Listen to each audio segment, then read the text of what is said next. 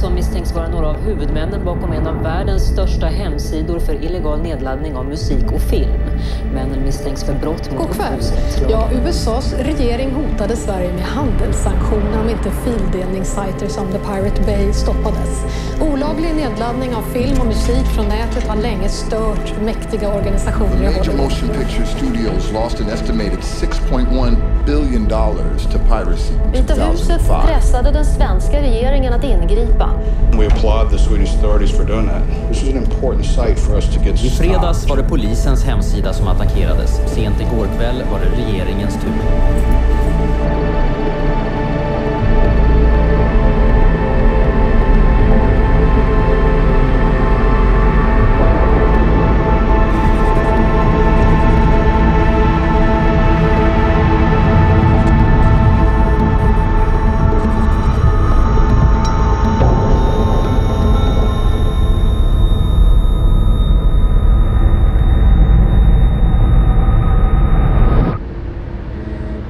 Imorgon så startar rättegången mot grundarna av fildelningssajten Pirate Bay. Idag möter de media.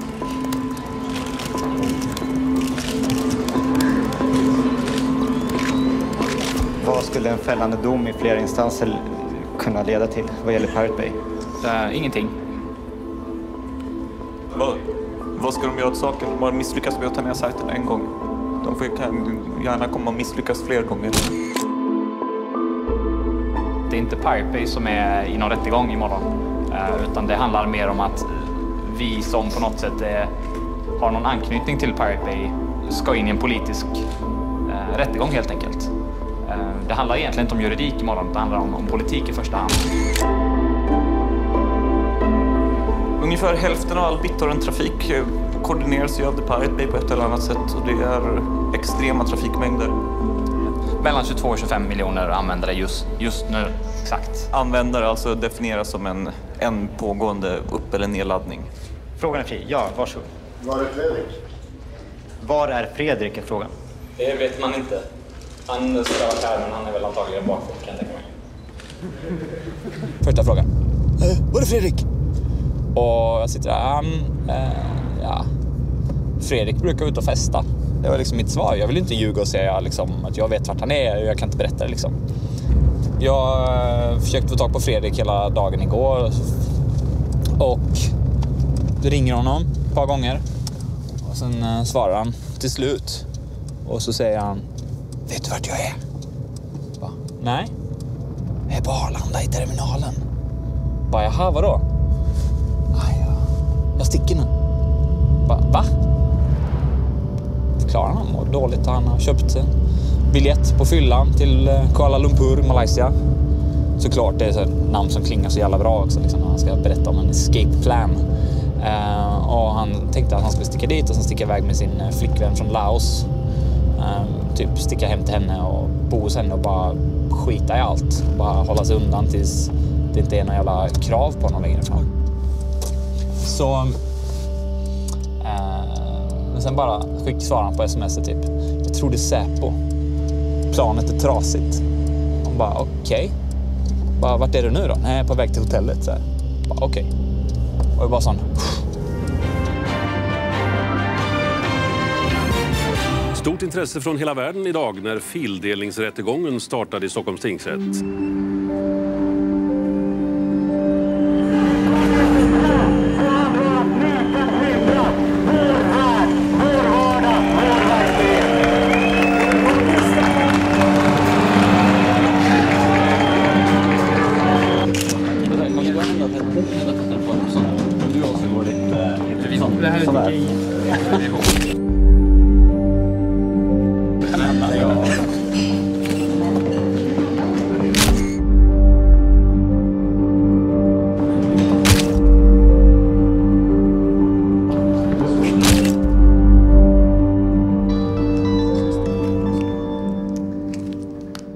Monique Wadsted.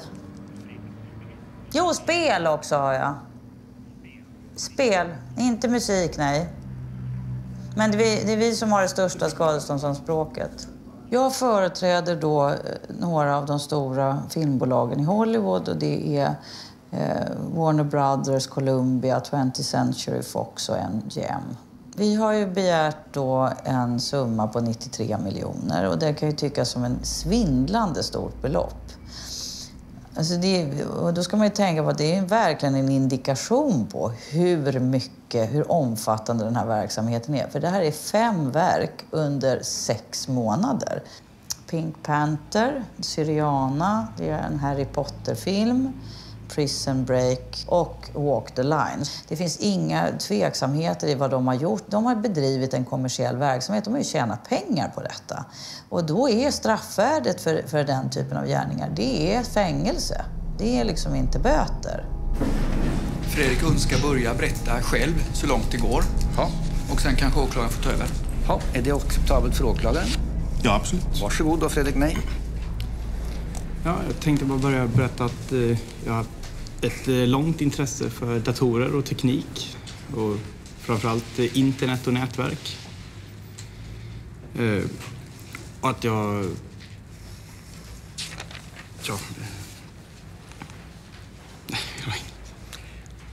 kommer av mig totalt. Ja, du kommer av dig lite grann. Ja, du är långt intresse för teknik.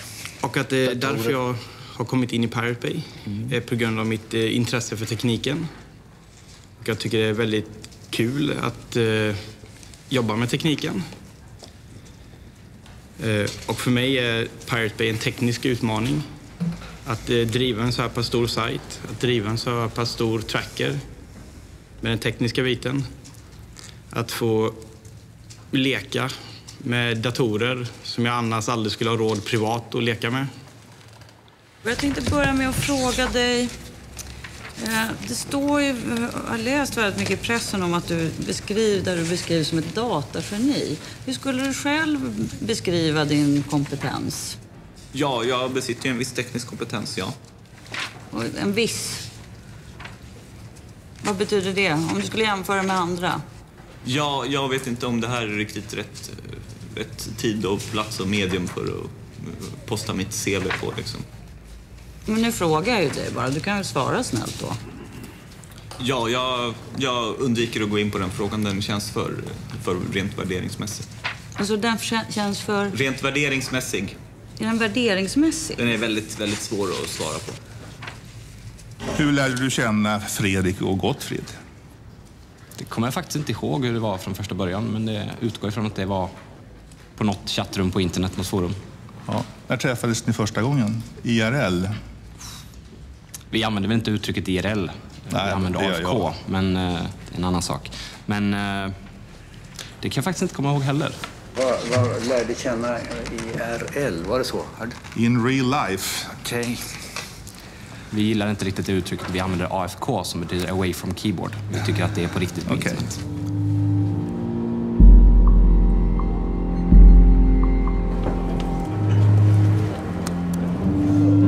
Så här ser vårt kontor ut ungefär.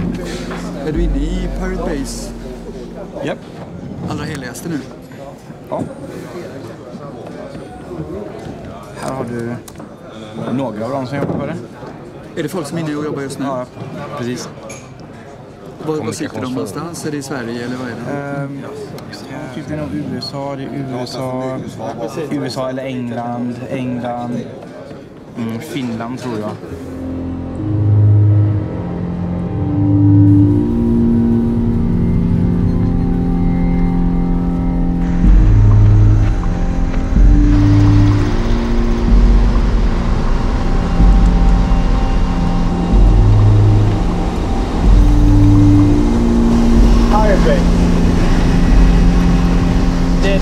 Detta är webben, databas och sökfunktion.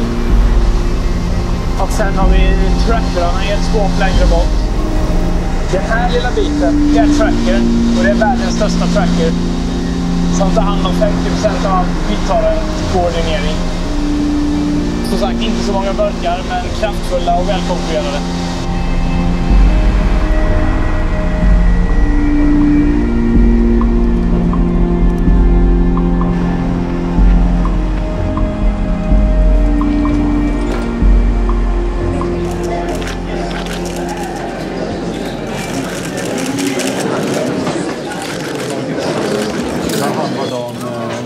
kändes det där inne? Ja, mest långtråkigt hittills. Jag tror att åklagarens strategi är att ljuga så mycket som möjligt på så tråkigt sätt som möjligt. Att han helt enkelt somnar under förhandlingen och inte är fysiskt kapabel till att försvara sig. De här som säger att ni har tjänat massa pengar på att illegalt material sprids. Säkert tjänat en massa pengar, men så har det kostat en massa pengar att driva sajten också. Hej! Okej, men vi springer ner till Atlan helt enkelt. Hej. Men jag tycker vi går och äter nästan. Okej. Inte vegetariskt. Alltså, administrerar du sajten vi håller på att prata om?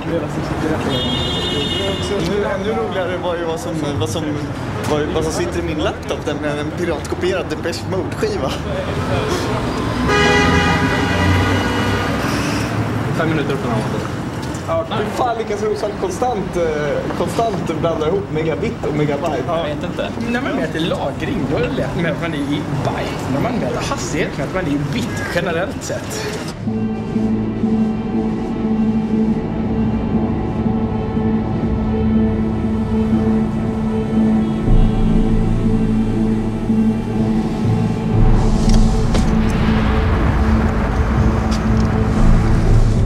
Det började egentligen med att Gottfried hade en sajt som hette America's Dumbest Soldiers. Som är ungefär så här, man får ratea 1-10. Och så var det amerikanska soldater som dog i det första Irakkriget. Och så fick man ratea hur dumma de var. Tack vare att de hade dött på olika dumma sätt. Och den var ju verkligen uppskattad av USAs regering eller någon annan. Så jag hade ju en lina över så jag lät honom ha den hos mig. Och den var från British Telecom. Och någon från amerikanska utrikesdepartementet hade ringt chefen på British Telecom. Som i sin tur hade ringt chefen på den operatören i Sverige där jag jobbade på. Som i sin tur ringde mig. Så i rakt nedstigande läget från USAs regering fick vi order om att ta bort den. Och vi höll på att bråka jättelänge innan vi tog bort den. Och hävdade att det var yttrandefrihet och parodi och typ alla de här lagarna. Men till slut så tog vi bort den när det blev alldeles för mycket. Och ungefär 2 månader senare så behövde Gottfried mer bandbredd åt Pirate Bay. Och då hade jag ju fortfarande den linan tillgänglig. Och då stoppade vi upp Pirate Bay där.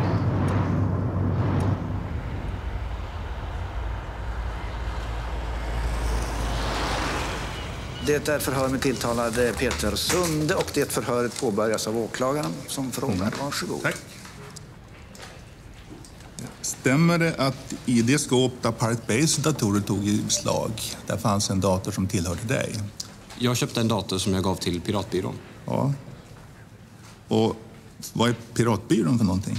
Det är en löst sammansatt organisation som diskuterar internet. Diskuteras upphovsrätt, fildelning på Piratbyråns hemsida? Det stämmer nog. Och är kritisk till upphovsrätten som utformningen som den är idag? Det vet jag inte riktigt om man kan säga faktiskt. Nej. Det är nog olika för alla individer i gruppen. Vad har du för uppfattning? Det är en svår sak att svara på egentligen. Det är nog... Jag tycker att den kan vara problematisk kanske. På vilket sätt då? Ja, att vi måste vara här idag till exempel visar ju på att det är ett problem.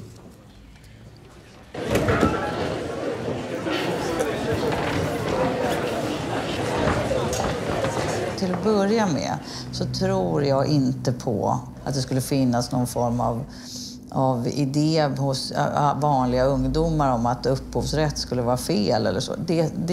Det tror jag är en myt och den har liksom den här kopimistsekten varit väldigt duktiga på att marknadsföra. Och sen så gjorde vi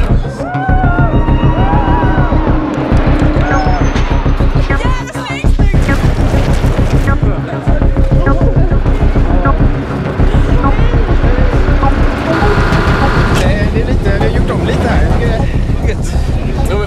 Frågeställningen i DN var att om Pirate Bay blir dömda kommer inte de då ses som martyrer. Och då menar hon att nej, de har egentligen inga följeslagare. Däremot så finns en liten kopimissekt som följer efter.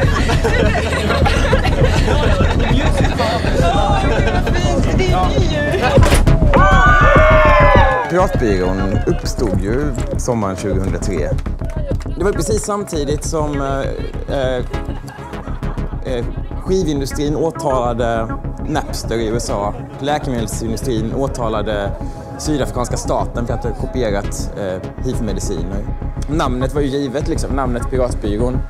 Det handlade ju inte så mycket om att vi var lagda åt piratromantik med så här lapp för ögat och sånt. Den har vi aldrig gillat så mycket, men när det ändå fanns redan anti-piratbyrån så ville vi visa att det är vi som är den aktiva parten i den här konflikten. Anti-piratbyrån är den reaktiva parten. Hej, jag är Fontaine från Anti-piratbyrån. Det är så att vi har fått ett tips om att du säljer kopiering. Nej, vänta. Stäng inte då. Då blev det polisiär husrannsakan. Nu blev alla på det. Ja, det de har gjort, de här personerna bakom, de har ju byggt en affärsverksamhet som bygger på att man förmår andra att begå ett brott. Och sen har man kring det byggt upp en industri med annonsering och påreklam och så vidare. Så man drar in intäkter som man har levt bra av. Du förvärrar en situation betydligt, kan jag säga. Jag måste ju få stänga dörren. Ja, i så fall får du följa med ut igen. Om man tittar på den undersökningen varför folk fildelar så gör de ju inte för att de vill bli del av någon gemenskap eller stödja piratrörelsen ideologiskt, utan det är två skäl. Det är enkelt och det är gratis. Så finns det en liten klick som gör det här av det man säger var yttrandefrihetsskäl och så vidare. Vi har alltid haft en policyn att sajten är en helt tom sida som skapas av användarna själva. Och vi lägger oss inte i vad som finns på den. Nej. Det vill säga yttrandefrihet? Ja, jag skulle snarare betrakta det som från ett rent tekniskt perspektiv, att det är en ren förmedlingstjänst. Förmedlingstjänst? Ja. För kommunikation? Ja. Jag bryr mig verkligen inte om ideologin bakom piratkopiering eller upphovsrätt eller någonting. Eller politiken. Jag gör det här för att det är jävligt kul att driva en stor sajt. Vad är det viktiga Pirate Bay gör? Det demokratiserar väldigt mycket och det skapar en bra förutsättning för yttrandefrihet. Vad har det med det upphovsrättsligt skyddade materialet att göra? Det som Pirate Bay gör är att helt enkelt göra det möjligt för en enskild individ att dela med sig av material. Även om det är upphovsrättsskyddat? Ja, det är en tråkig följdproblem av det. Det tycker jag man måste diskutera.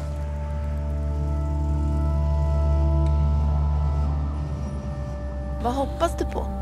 Jag hoppas på att vi inte har ett totalt övervakat nät som är begränsat. Och det är väl den största frågan just nu, att upphovsrättsindustrin gräver en grav för internet. De tar inte hänsyn till samhällsnyttan av ett fritt nät. Det är väl det stora problemet, att det är gamla människor som sitter och styr i bolagen som vet hur man tjänar pengar förr och inte vill förändra sig. Liksom. De är rädda för förändring. De är lite som Amish-folket. Liksom. De vill inte ha elektricitet, för de vet hur man gör saker utan. Roger Waters kallar säsong 9. Den som laddar ner en film, tror du att han sen går och köper samma film? Att han ska gå och köpa? Ja, eller på något annat sätt. Det är mycket möjligt. Det beror på kanske kvaliteten. Om han blir väldigt intresserad och vill ha en jättebra kvalitet. Om man har ett DVD som har extra material i. Det är väl det. Det gäller att öka värdet av de produkter man säljer så att det funkar som marknadsföring i så fall. Om man ska lyckas anpassa sina affärsmodeller till den nya världen. Tack så mycket. Jag vill först ha det sagt att anledningen till att jag ringde till din institution och ställde de här frågorna, det var att vi inte kunde få fram ett komplett CV på dig. Och du har uppgett dig vara professor här till rätten, och då på institutionen svarar man att du är tillfällig gästprofessor. Och det är alltså bakgrunden till de. Vet du hur man använder Google? Då kan man hitta en CV väldigt enkelt på mig. Jag tror vi hade lämnat den frågan. Nej, men jag tror det också. Men, ja, men då är vi överens om det. Bra. Då har vi lämnat den frågan. Tack, herr ordförande.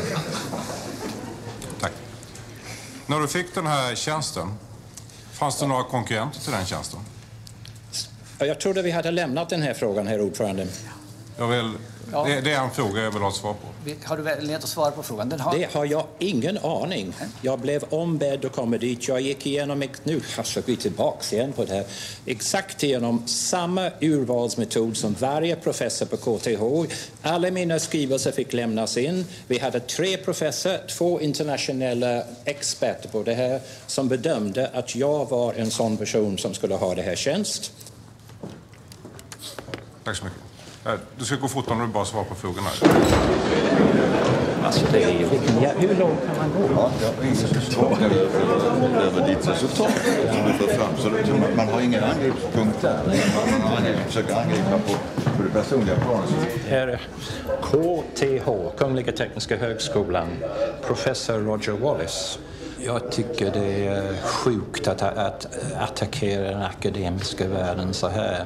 Det är inte första gången, för jag har hört talas om otrolig historia i USA, hur professorer som har sagt någonting som indikerar att fildelning kunde vara positivt för branschens utveckling har verkligen jagats med piskan.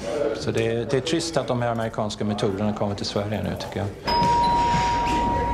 En sista fråga dock från domstolen, och det är om ni begär någon ersättning för att ni har inställt det här idag. Ja, ni får gärna skicka lite blommor till min hustru. Ja, tyvärr tror jag inte domstolens budget tillåter det.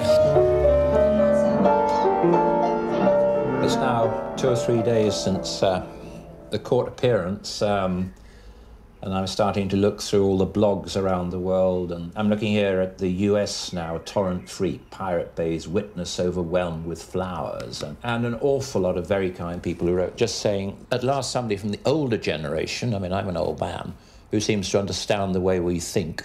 I also make the point here that as a composer, which I am, I mean a song I wrote bought our first house. I support copyright, but only if copyright really has a function of encouraging creativity, you know, an economic incitement or an incentive to create. Not the way copyright's developing now as a huge control mechanism for people who sit on large swathes of rights. En polisman som jobbat med brottsutredningen kring fildelar-sajten Pirate Bay fick jobb på ett av världens största film- och musikbolag bara veckor efter att förundersökningen avslutats. I ett mejl från Warner Brothers Entertainment säger man bland annat att de uppgifter som förekommit i media om en förmodad intressekonflikt är ren spekulation. Han sålde sin lägenhet, köpte ett hus i slutet av augusti. I augusti, efter han fick veta att han fått jobbet. Jag blev väldigt ledsen när ni inte inledde en förundersökning vad han sysslat med. Vi står ju här nu och du säger saker som jag inte har aning om. Det enklaste och bästa är att ni plockar fram det material du har och lämnar in det till polisen. Jag gjorde det, men de la ner det för de tyckte att det inte var speciellt intressant att utreda. Ja, då kan inte jag göra det. Okej. Den inkomst som man deklarerar under året i fråga som är över den vanliga polislön är inkomst av kapital på 890 000. Ja. Alltså den här jävla rättegången blir bara bisarrare för varje dag som går.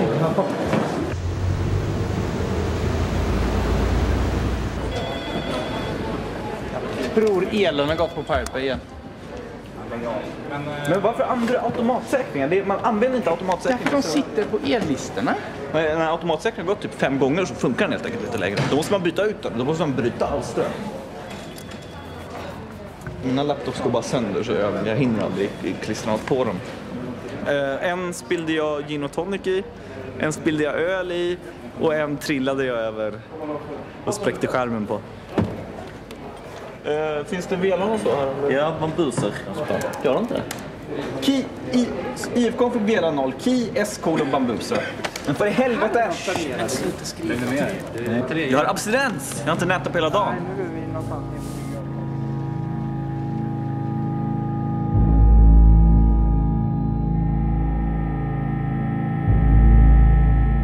Om vi tar då sidan 24 så har du fått ett mejl som du skickar vidare då till Gottfrid och till Peter Sunde.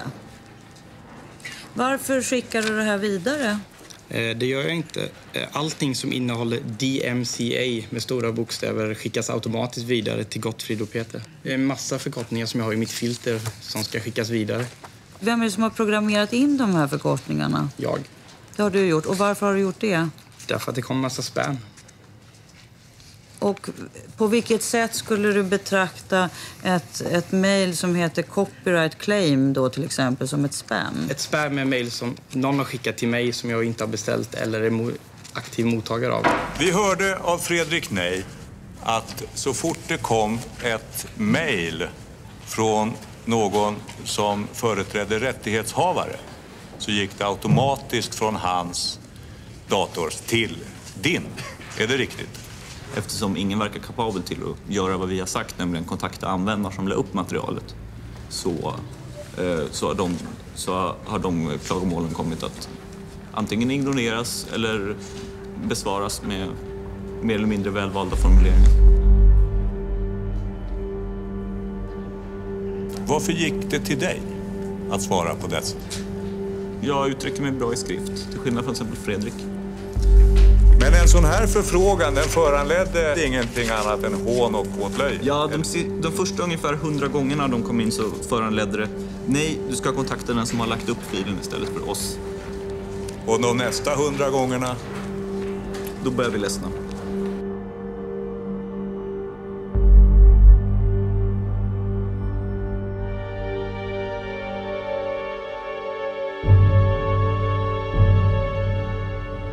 PRQ-bolaget var väl ett webbhotell, va? Ja, det var helt nystartat och precis i uppstarten. Antecknar jag rätt att åklagaren sa 195 servrar i beslag, varav 11 tillhörde The Pirate Bay? 11 eller 13, jag kommer inte ihåg exakt. Det var... Så här kan det ju verkligen inte få gå till. Det här är ett riktigt rättsövergrepp. Jag menar, de ger sig på ett företag som inte har något med The Pirate Bay att göra. The Pirate Bay inte stod bara för att delägarna har varit med och hjälpt till med Pirate Bay på ren hobbybasis. Tack vare raiden så fick ju PRQ väldigt stor uppmärksamhet och alla visste att vi aldrig lämnade ut något till polisen. Till exempel hela kunddatabasen var krypterad. Polisen beslagtog alla servrar i hela serverhallen och de fick aldrig ut någon kundinformation. När Pirate Bay togs ner efter beslaget, då hade ni väl inga servrar kvar? Det stämmer. Ni var uppe igen efter 3 dagar. Hur fick ni servrar? Vi leasade servrar av ett företag som heter Enforce i Holland, som är ett co-location-företag. Hur mottogs det? Med jubel. Jag kan med glädje idag meddela att The Pirate Bay är uppe igen. In your face, followers.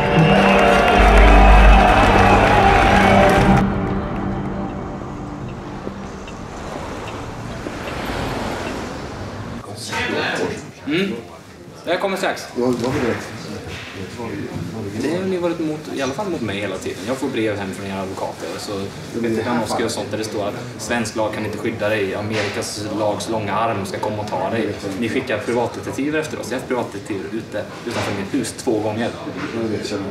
Nej, men du får tyvärr ta ansvaret för det, för det är din bransch.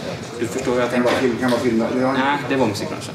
Men det här med musik och film är inte intressant för Pirate Bay. Utan Pirate Bay är ett vanligt medium för att distribuera alla typer av filmer. Och det blir så dumt när folk här skulle uttala sig och säga att Pirate Bays uppgift är att se till att sprida illegala filer som bara handlar om musik. Då är det så här, okej, min värld är så här lite. Det är det som ni förlorar på hela tiden. Man ska säga att det är bra med fildelning och sen kan vi försöka komma på ett sätt ihop och låta artister känna med pengar. Men ni gör inte, ni tycker det och sen så, men vi stämmer alla som använder det. Nej, det gör vi inte. Helst skulle inte vilja döma en av personerna. Helst skulle vilja att musikmarknaden i Sverige, att folk bör respektera upphovsrätten.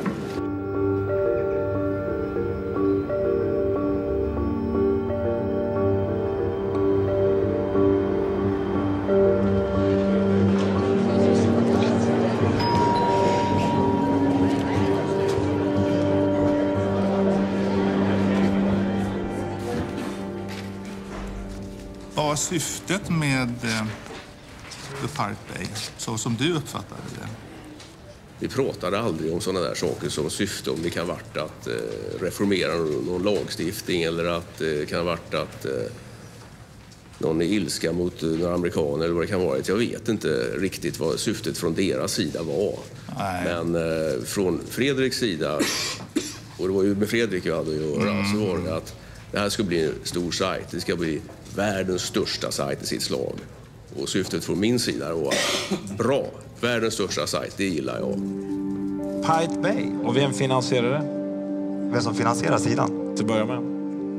Ja, alltså vi har haft annonser på vår sida som har dragit in pengar som vi har köpt. Du hade en kille som heter Lundström, va? Som hjälpte till med pengar. Ja, vi varit sponsrade i början av ett företag som heter Rikstelekom. Och vad hade han för syfte? Han kanske såg det som gratis reklam för hans företag. Carl Lundström är en intressant person. För han står ju bakom flera av de här organisationerna på högerkanten.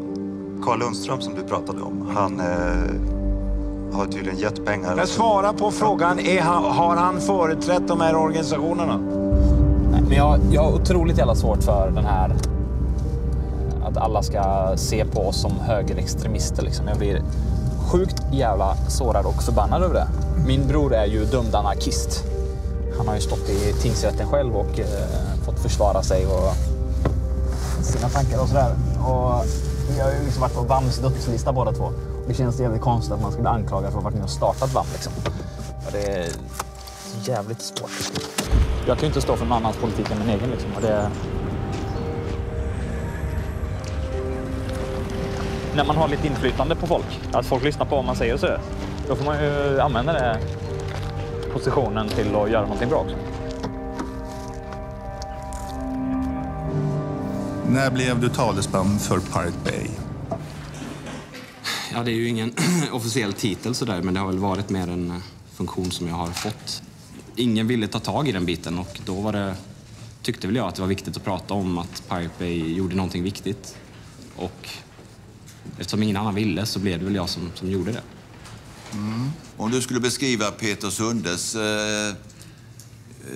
hans roll under den tiden, hur skulle du beteckna det? Ja, han kom ju in någon gång under den tiden när vi behövde ett, vad ska man kalla det, ansikte utåt. För ingen, vare sig jag eller Fredrik gör sig särskilt bra i möblerade rum. Innebär det att han hade inget med driften att göra? Nej, precis. Eller design av någonting att göra? Nej, precis. Finansiering? Nej.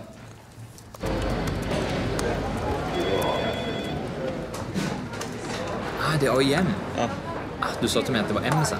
Ja, fan, vad är skillnaden? Det är två olika nät. Det är typ så här, ja men jag är på Irknet. Nej, men du är på F1. Ja, men det var skillnaden. Men kom igen. Det var ju Moderna Museet. Men du är jättehög, du får inte i huvudet. Du är jättehög. Jag är halvt döv, så jag pratar högt. Men du pratar så jävla högt, jag blir döv. Han vill sprida sin del. Varför har du så dålig hörsel? Sex, drogen och industri. Sex? Jag har hört dina sex stories. Vad kostar reklamplatsen? Nu frågar de specifika 5 år gamla siffror igen. Inget jag kan svara på. Jag kan säkert leta upp lite exempel åt det om du ger mig en dag. Men jag vågar inte ge några exakta siffror så här. 3 500 kronor i veckan, kan det vara ett rimligt belopp? Ja, det låter inte rätt storleksordning i alla fall. Det är rätt storleksordning, det är det. Fanns det något avtal när det gäller hur man skulle fördela intäkter från själva annonsförsäljningen? Det känner inte jag till alls. Känner du inte till? Nej. Jävla trött. Jag ska leva för han nu. Det är 5 år framöver. Är du Kafka eller? Ja, verkligen. Det känns som processen all over again.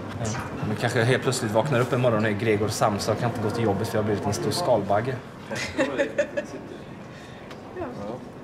Vad åker du åka till Florida? Så fort det här är landet är över. Secret. Precis.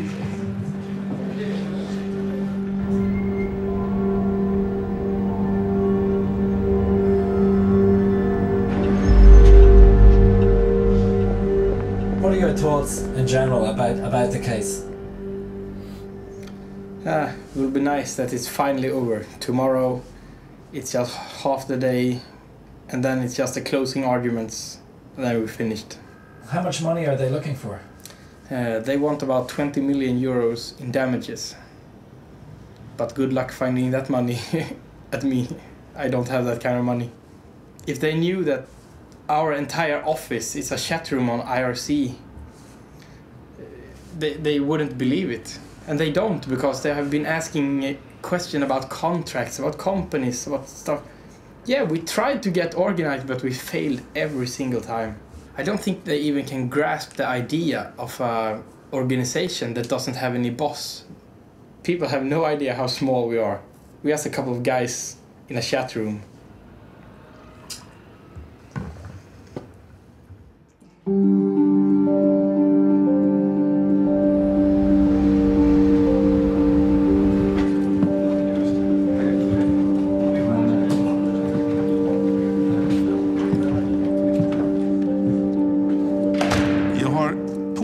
samt att vinningen av verksamheten inte understiger 1,2 miljoner.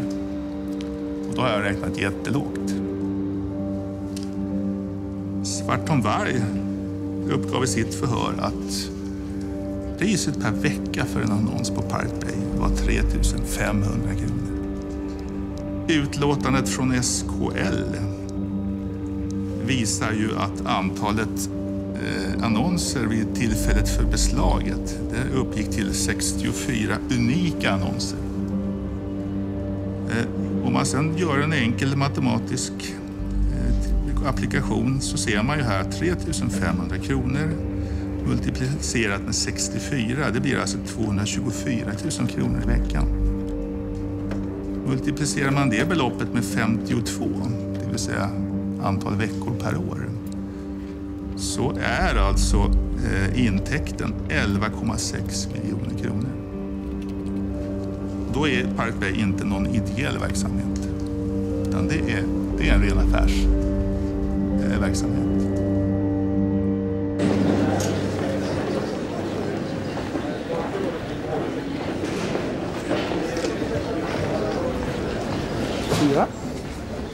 Gånger 2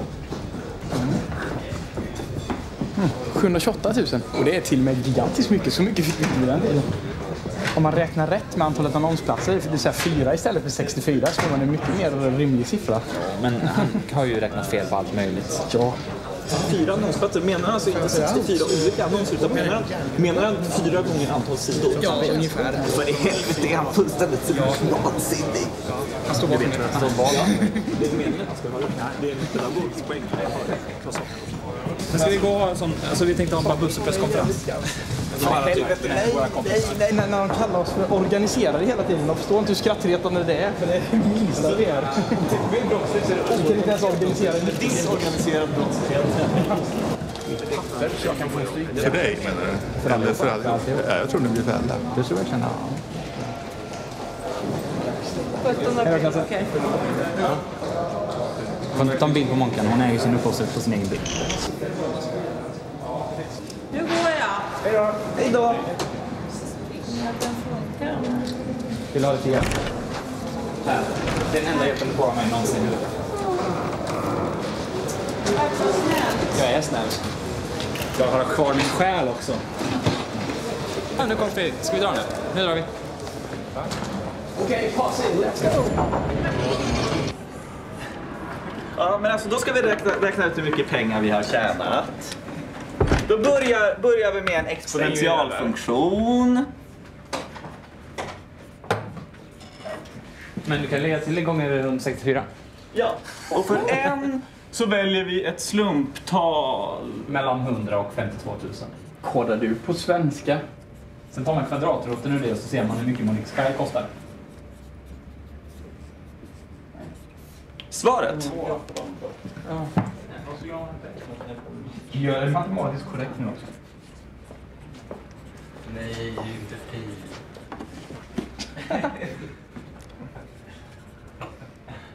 Jag var inte dum i huvudet. Okej, slå framför dig och kolla så att det blir rätt. Okej, jag får lite cred. Det sitter liksom i muskelminne. Jag kan skriva talet men inte skriva det för hand. Jag måste liksom emulera ett tangentbord. Så vad gör alla den 17 april klockan 11? Ska du stå och köa utanför domstolen? Det är klockan 11, det blir klockan 17 lokal tid. Ja, jag tänkte samma sak också. Men Gotte, kan du sätta det här på? Nej, jag tänker inte vara med på någon jävla presskonferens. Jag är så jävla less på allt av presskonferenser och så på kameror engelska är det. och... I'm so fucking tired of fucking press conferences and fucking cameras and fucking bullshit. Sitt här då. Det är sista gången. Nej.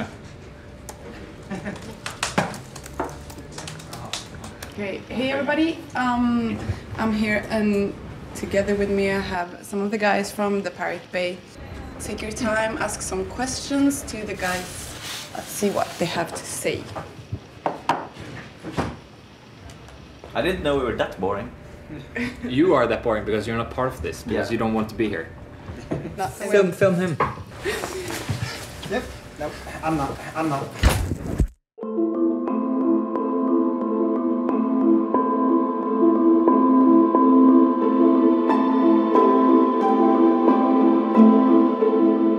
slutligen avgörs om männen bakom fildelningssajten The Pirate Bay är skyldiga till upphovsrättsbrott eller inte.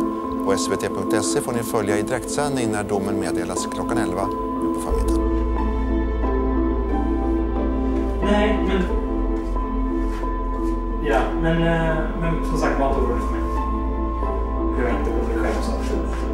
Vi hörs sen. Ha det gott. Hej. Pappa var nervös än vad jag är.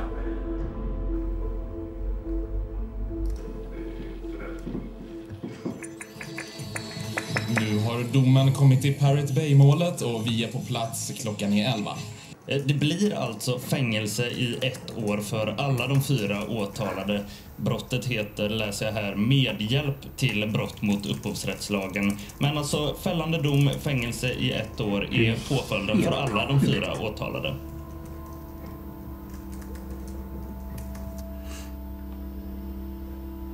Ja, detta måste ju vara ett skämt nästan. Vi är på Stockholms tingsrätt för några minuter sedan. Men mamma, ta det med ro, det blir ingenting. Uppmärksammade Pirate Bay-målet. Det tar 5 år för rättfärdig. Nej, men ta det med ro, detta är bara... Detta är politiker. Och härningsrätten istället för tingsrätten. Har de åtalade samarbetat och fungerat som ett team för driften av vidareutvecklingen av sajten.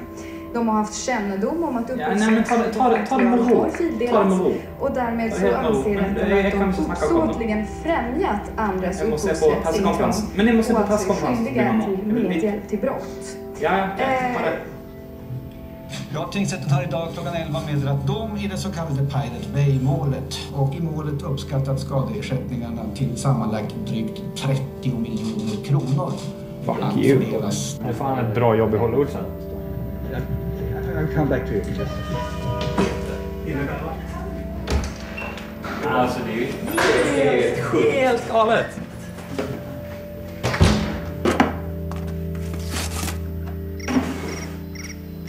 Hello? Tidernas hetaste sätt. Okay. No, but I don't have the time right now, so I have to decline. No, actually I'm the only one in Sweden. The other ones are out in the desert or in the jungle somewhere right now. No, they're not going to send us to jail whatsoever. Actually, the way it works in Sweden is that actually they can't do anything about the case before we can't appeal anymore. Ja.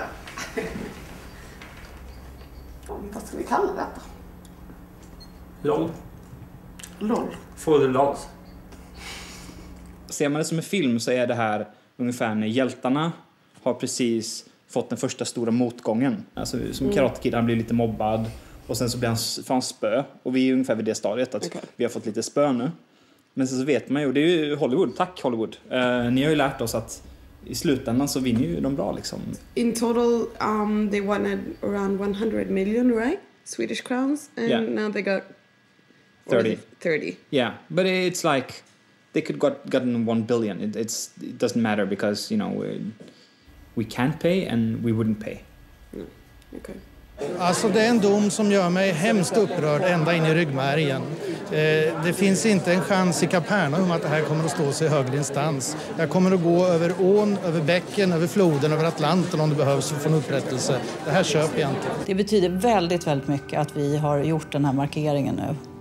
Det är väldigt, väldigt viktigt att vi återupprättar förtroendet för Sverige som en rättsstat. Domaren i Pirate Bay-målet anklagas för jäv och idag ställs krav på att hela rättegången ska tas om. Ja, när jag fick den här kunskapen faktiskt igår kväll och som sedan exploderade här under dagen att rättens ordförande i Pirate Bay sitter med i föreningar som är engagerade i upphovsrättsfrågor. Samma föreningar som ombud för målsägandebolagen. Det är klart att jag reagerar med häpnad och viss förskräckelse också kan jag säga. Varför berättar du inte det här för rätten? Ja, det kan man fråga sig. Jag gjorde inte det. Jo, det förstår jag exakt hur de har tänkt. Och jag tror att det är så att han har tänkt att mina kompisar blir jätteglada på mig om jag dömer till deras fördel. Det är ju skrattretande. Jag trodde inte det var så illa i svensk rätt. Gjorde du rätt bedömning? Ja, det får andra uttala och bedöma sig.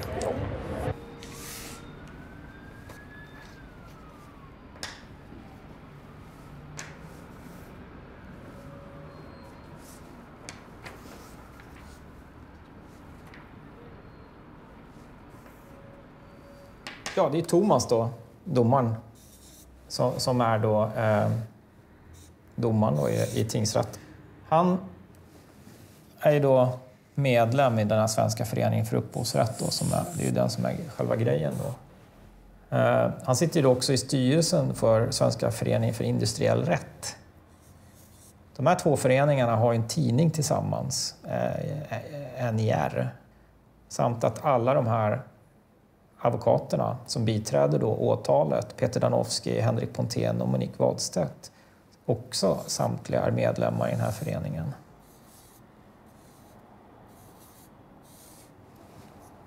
Så här ser han ju väldigt insyltad i de här människornas sfär. Om man ser det så här rent grafiskt, då blir det ju väldigt tydligt. Jag kan ju inte bedöma om han var jävig eller inte, men bara det faktum att han undanhöll den här informationen, att han inte la fram det, la det på bordet, gör att han var ju olämplig som domare för det här målet, och att man också kan ifrågasätta resultatet eftersom det kan uppfattas som att han är jävig.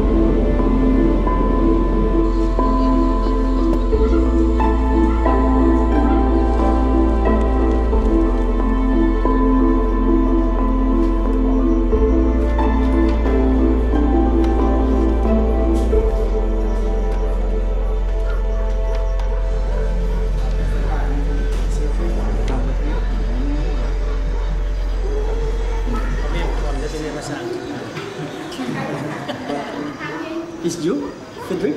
Yes. What's your job? IT engineer. Internet. Because of our tradition and regulation of the village, we have to pay for the engagement. How much would you like to pay for the engagement? 200,000 baht or how much? 200,000 baht. If you should give her, you have to pay penalty 2 times. That means 400,000 baht. Okay. You agree?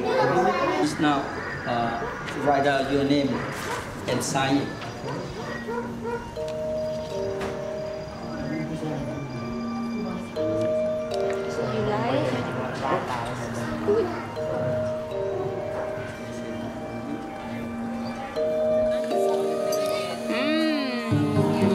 Yummy. Hello.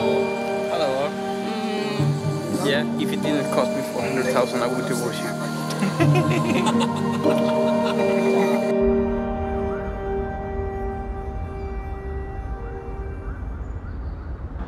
Det är som vanligt när det gäller Pirate Bay. Det är kaos och det är fulspel.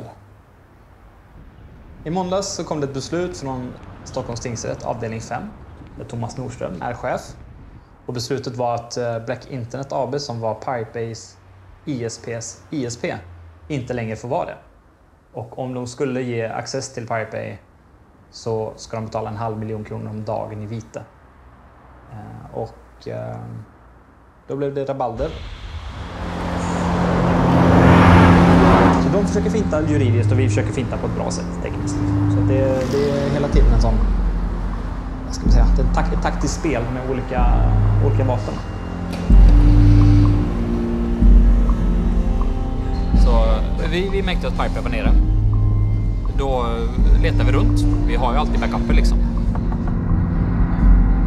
Och så kom jag på att Piratpartiet har ju registrerat sig som en ISP. Piratpartiet jobbar för förändrad syn på upphovsrätt, ett öppet internet och fri tillgång till kultur. Då kom jag på att om vi skulle ligga hos Piratpartiet så betyder det också att om deras internetleverantörer i sin tur väljer att klippa deras kablar så klipper de bort hela Piratpartiet. Och då klipper man ju bort ett politiskt parti som är representerade för Sverige i EU Och liksom, det är politisk censur på allra högsta nivå. Om man är hos Piratpartiet som kund, eller vad man ska säga, så är man på ett sätt politiskt skyddad. Man får en diplomatisk immunitet, om man vill säga så. Ja, efter dagar av spekulationer så kan Rapport nu avslöja att Piratpartiet tar över ansvaret för säkerhet och drift av sajten Wikileaks dataservrar. Wikileaks kopierade ju, eller om Piratpartiet kopierade, man återupprepade det som man har gjort med Pirate Bay, att man helt enkelt lät Wikileaks vara skyddade av ett politiskt parti genom att ha samma internetuppkoppling som dem. Och alla läckor som finns på Wikileaks har de även släppt via Pirate Bay därför att det är ingen censur där. Och Gottfried han är ju bra på teknik och kryptering och allt sånt, så han har hjälpt till med olika viktiga projekt som bland annat Collateral Murder-filmen som gjorde Wikileaks superkänd över hela världen. Clear. Not firing.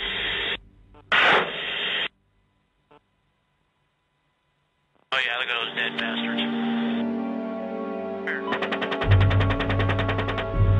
They're right. So Julian has a lot of respect for Gottfried. Yeah, I remember when Gottfried said, yes, a new customer, WikiLeaks, and they need some help because they're like under more attack than ever. Well, the first time I really got in contact was when we had to pay a bill, which I still remember because no one, and that was a constant problem we had, no one remembered the stupid customer number and no one wanted to say anything on the phone and stuff. So I remember in 2008, I flew to Sweden to pay the bill in cash. Okay. Because Gottfried always said he didn't want to have money from WikiLeaks. We paid, I mean, I flew there and I paid for 1 year and I paid for a bit in advance. Okay. So, well, Julian was with me. He flew in as well. And then we arranged this meeting with Gottfried to hand over the money. And this was one of the weirdest incidents in my life. He came to the hotel and he had someone waiting outside in the car. And they had some kind of agreement that Gottfried would always be near a door, near a window. And so he stood there in this lobby with his long hair, and he looked completely strange, and he behaved really strange. Yeah, and then every half a minute he turned around to see if the guy in the car was still there. And Julian and I, we were standing there, and we thought we would just, I don't know, go hang out or something like this. So we asked him if he wants to come up to the room where it's a bit better than standing in a hotel lobby, and he was all like, no, I can't leave. You're turning around all the time. Oh, that was strange. Never heard that before. And then handing over some cash, and the guy left and jumped in the car, and they drove off, and we felt like, okay, well that was meeting PRQ for us. Ganz herzlich willkommen, Peter Sunde. Peter, first question. Are you a killer that ruined the whole industry? Well, I would love to take credit for it, but I can't. Sorry, they did it themselves. There is a law case now with you. Just one? Yeah, well, I don't know how many, but some discussions going around. You had a new idea, Flutter. Yes. Let's go to this. Well, it arrived from the discussions we had with the Pirate Bay that we were kind of two sides. One side said there's not a real problem with people downloading, and the other side said, well, we're not making money from the internet, so we're not going to survive, and that's a problem. And there was nothing really happening. Can you, in short terms, explain as Flutter how it functions? So essentially, you as a user sign up, and you put money into an account, and you decide how much money you want to spend per month. And then you find buttons on the internet called small Flutter buttons. And they look like the Facebook like button. And if you click it, we remember that until the end of the month. And then in the end of the month, we see how many clicks you did, and we share your money equally amongst all of them. Where is the money going to? Well, it's going to the creators. So that's kind of the whole concept.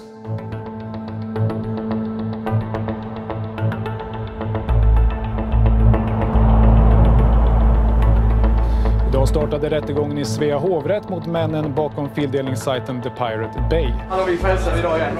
Tjänare. Fan, det är ett slaget gäng här. Alltså, jag har slagit till med full kraft. Helt genomsvettig. Hyra en bil skulle kosta 2,7 i veckan. Jaså? Det köpte jag för 4, så har jag den i 6 veckor. Nej, den är inte avstängd. Nej. Den är till och med skattad och besiktad i december. Där har jag 50 miljoners kronor och så gör det trafikförsäkringsföreningen, lite parkeringsböter. Det stör mig inte så jävla mycket. Oj.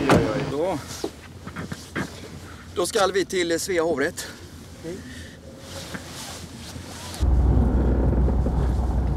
Kommer Gottfrid? Mycket tveksamt. Om inte han teleporterar sig. Okej. Han skrev i morse att han låg på ett sjukhus med parasitinfektion i Kambodja. Jaha.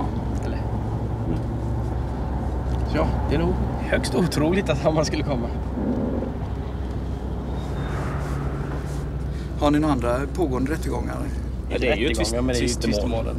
Just det, de pågår bara idag. vitesgrejerna. Men hur många är det egentligen? En i Italien, en i Holland. Danmark som inte vi kallar det i. Finns ett i Norge som inte vi kallar det i. Irland. Något mer.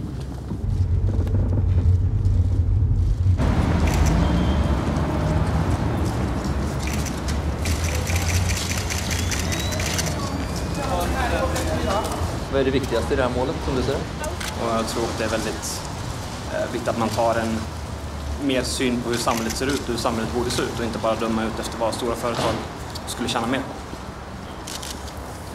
Hur känns det att sitta här nu 8 dagar framför dig? Det är tråkigt att man bara ska kolla på video. Ja. Det är väl det som är jobbigast. Just det, du ville föra egen talan men fick inte det beviljat. Vad säger du om det? Alltså jag tycker att det nya rättegångssystemet är väldigt dåligt på grund av att man inte får föra in nytt material. Ja. För då är det nästan som man inte behöver åka hit. För då kunde man bara ta det gamla materialet och besluta ovanpå det. Du, tack så mycket. Tjenare, vad kul att du kom. Jo då. Är det? Så jag är jättesjuk. Men fan så tar du mig i hand. Nej, jag har tagit mig med hand. Han är också sjuk. Ja. Mår du då? Förkylning och ögoninflammation. Jag knappt sova hela natten. Så vi... Jag fick ett sms precis nu. Från hans mamma. Okej. Vad skrev hon? Jag skrev att han är kvar i Kambodja. Så att, vi har ju rätt så mycket. Han var sannolikt ganska sjuk. Mycket sjuk. Men han har ju haft ganska mycket problem förut också. Ja.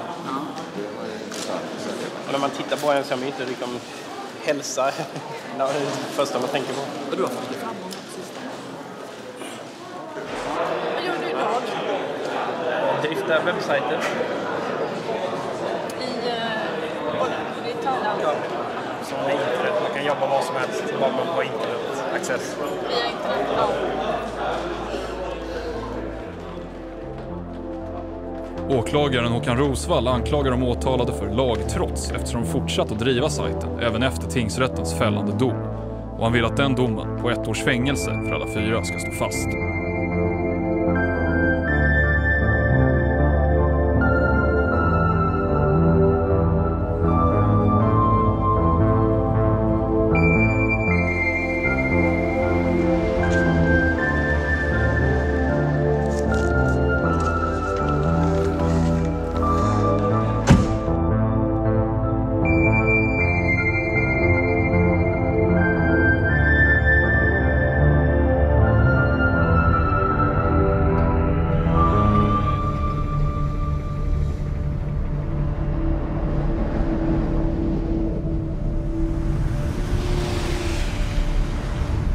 Just nu står tunnelburken i Pionen hos Piratpartiet.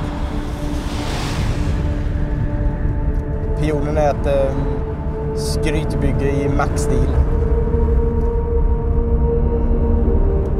Tunnelburken är ingången från internet till Pirate Bay. Sen sker allting bakom någonstans. På de riktiga servrarna. Som är gömda. Nu är vi på väg till det riktiga berget.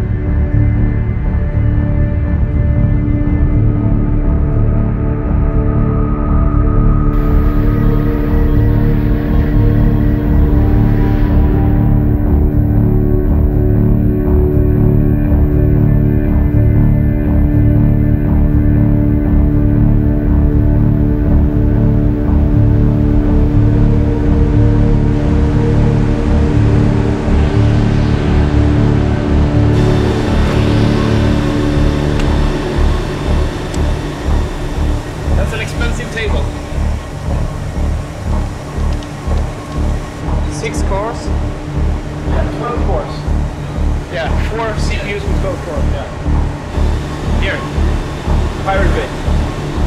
That's all. We run an efficient ship.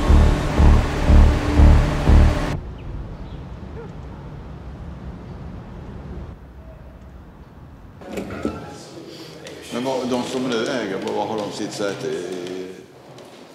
Jag vet inte. Kolla här. Piratpartiet, de postar ju brandmännen just nu. De var piraterna. Det har ju även gått vidare. Sen vi skickade det vidare, hur de skickade vidare en gång eller 2 gånger. Det har hängt med i alla svängarna längre. Vi saknar ju piratpartiets engagemang från tingsrätten med bussar och... Bussarna var piratbyrå. Var piratbyrå? Okej, ja. Och trumpeter och saker, flaggor och grejer. Ja, det var piratbyrå. Vi känner oss lite bortglömda nu kanske. Själva piratrörelsens idé om att slåss just för fri fildelning känns ju inte särskilt rumsren där, helt enkelt. Det var en liten fluga som dök upp. Jag tror inte att det var... Jag har aldrig trott heller att den skulle liksom överleva.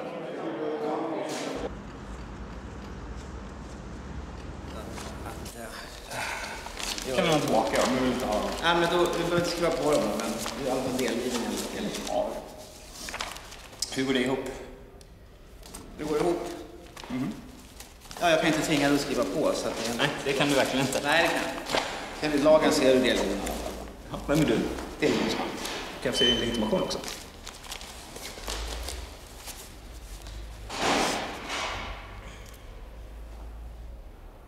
Kan jag få din... Jag vill gärna se din sista 4 också. Ja, det är för. Ja. Sen borde du sluta röka, det är inte väldigt bra för hälsan. Nej, det känns. Det känns väldigt mycket. Ja, men det är ett stressmoment. Vad sa du? Det är ett stressmoment för mig också. Det är det? Det känns lite taskigt att göra så här. Ja. Inte få bra betalt. Nej. Vad gör du då? Jag har ett jobb. Har du barn? Ja. Då förstår jag det. Men du kan skaffa något bättre jobb. Ja, fundera på det. Men vad är det för Danovski? Det står inte Danovski där. Nej, men det måste man skicka med. Jag vet inte, jag har inte läst vad det handlar om. Så du vet inte vart det kommer ifrån? Jag håller med.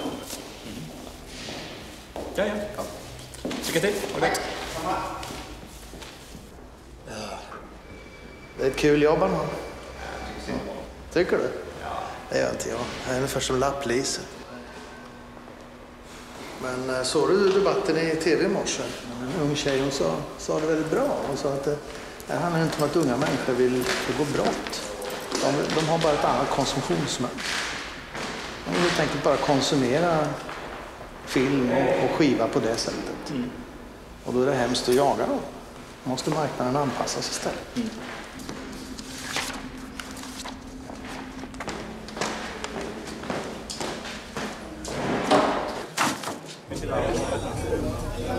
Håll er undan från piraterna! Jag bor i Bangkok och i Laos. Jag har en lägenhet i Bangkok.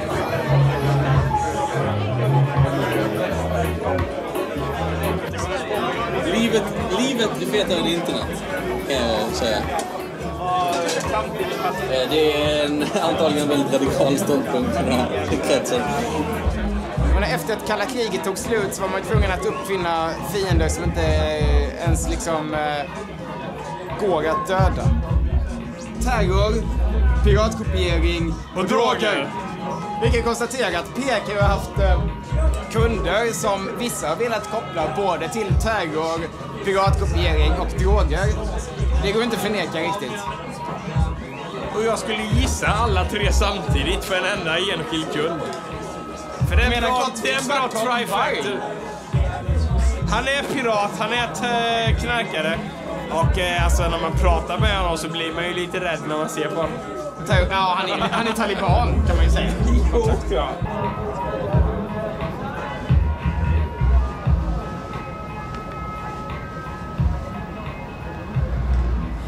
Jag kom tillbaka till Sverige från Kambodja. Jag har varit där i en månad ungefär. För att jag har varit väldigt orolig för Gottfrid och hur han mådde. Jag vill inte gå in för mycket på... Men bruket har inte varit konstant. Alltså det har varit då och då. Kanske när någonting behöver verkligen göras klart. Så har det varit att han fått press av sitt jobb. Liksom så här, att nu måste det här bli klart. Och då har han dragit i sig en massa knark liksom. Och jag klarade dels inte att se det. Liksom, för att jag har sett kompisar gå ner sig tidigare i droger. Och det... Vad ska man säga? Det är hårt liksom. Det är ingenting man vill se en vän göra. Man vill se vännen må bra och komma framåt i livet.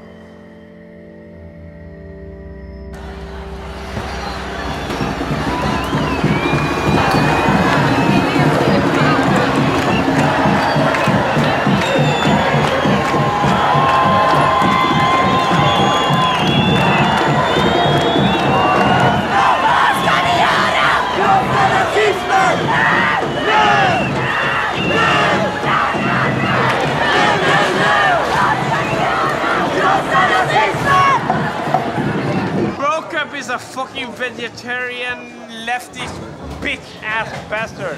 He got balls because he's in the Pirate Bay, right? He's giving all the interviews. He's still a bitch. He does it because of ideological pussy inflicted instincts. He needs to look himself in the ass and take his own life in his hands. Om man är på riktigt har tagit en öl eller två, då blir han den jobbigaste människan på jorden. Och problemet är att han tar en eller två öl, åtminstone varje dag. There's some connection to right-wing parties in Sweden. Carl Lundström, one of the co-defendants, he was before a right-wing extremist.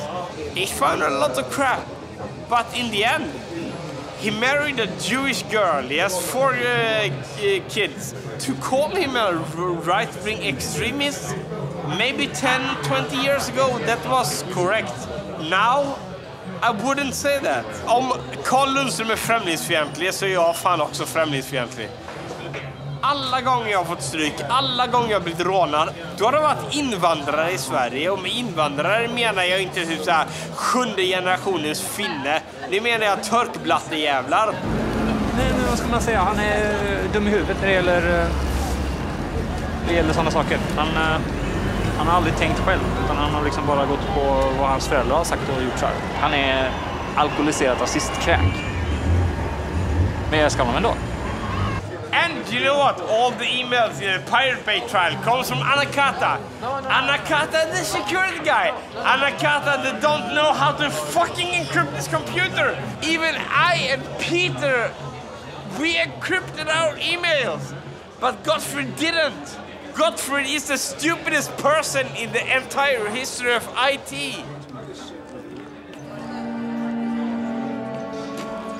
And yeah, the Pirate Bay is really tight.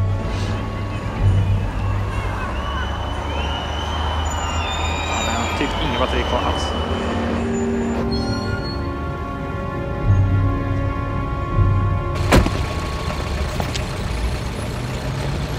Det är förvånande att det inte är någon kamera till.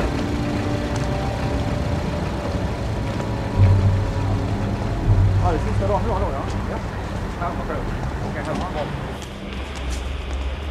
Ja, det är lugnt. Men du kan bara kasta. Men enligt delgivningslagen så är du delgiven ändå. Så kommer kan du kasta. På YouTube. Men du kan kasta dem. Nej, du får göra det. Nej, det kan jag inte göra. Du kan ju inte tvinga mig att ta dem. Jo då. Enligt delgivningslagen så är det det. Det är du som släpper dem där.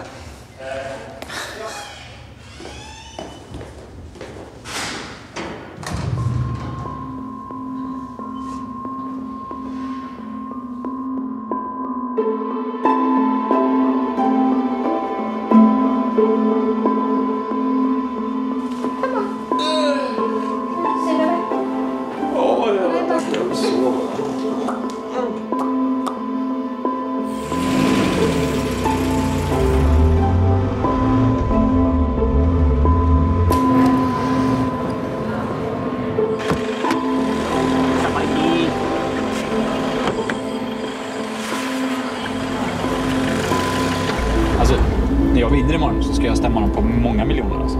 Miljarder? Ja, minst. Vi kan ju inte vara sämre än dem med fantasisummor. Fram på lördag morgon till Sverige. Och sen så hjälper jag till med nya Leaks-projektets server i serverhallen. Alla har ju lämnat Wikileaks förutom Julian och kanske förutom Anakata för att han är ju för kär i Julian liksom. Fan, blinka om du ska svänga, ditt jävla gullu-anus. Men goddammit! Thank you. Hello. How are you? I'm fine. Hey. See you again. You're good?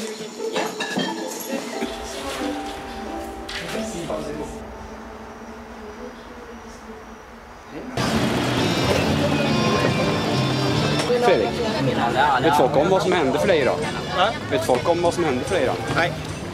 Inte ens din fru? Jo.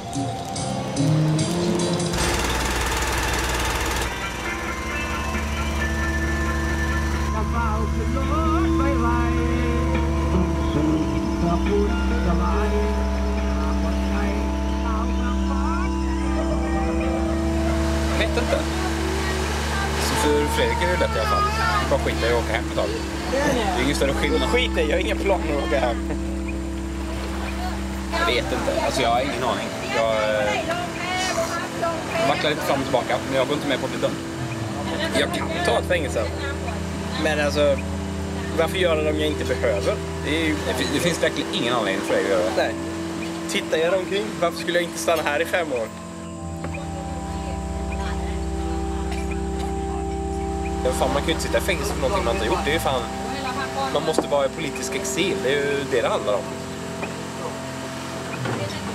Jag vill inte bli martyr. Jag tror inte jag blir fälld heller. Typ. Men... vi får se. Ja.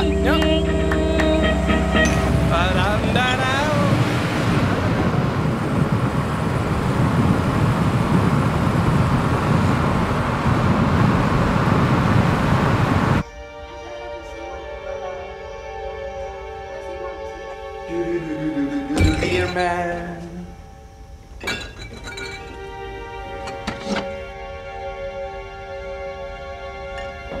Ska du supa för av glädje eller av sorg?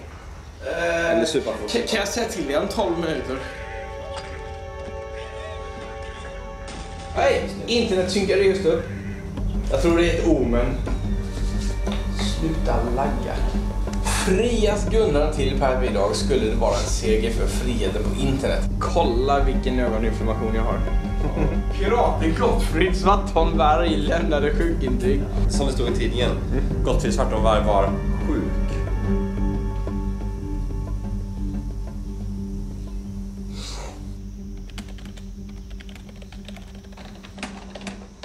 Sänktes beträffande, men skadestånden höjs. Domstol, de släkter. Vi dömdes allihopa. Va? Vi dömdes allihopa. Domstol.se, spam. Kopiera länken. Nej, men kopiera länken under. Den.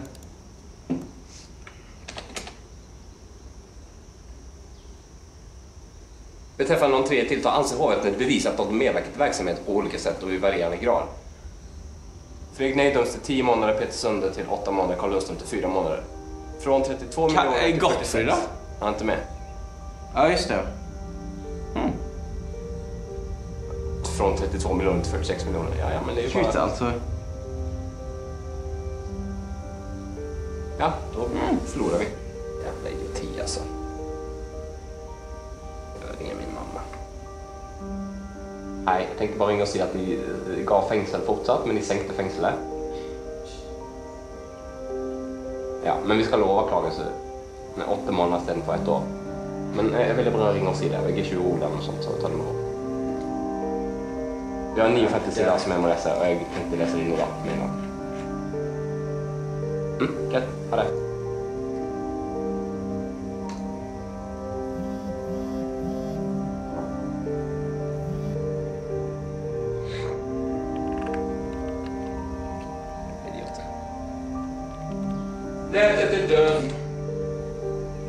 God damn it. Ja, det. Jävla Windows-bajs. Nu är det under gränsen. Nu är det 5 år preskription. De kan inte utfärda internationella arresteringsorder. Jag kan sitta här och runka i 5 år. And I will. Skulle du runka i 5 år? På en gång? I etapper. Det här gör ju att internet på ett sätt blir olagligt. Man lägger det i en en stämpel på att internet där begås det brott. Stäng ner det liksom. Och vi är inte ens på BBC eller CNN än, det irriterar mig. Come on, goddammit! Vi får helt enkelt leva med att vi är oviktiga nu för tiden.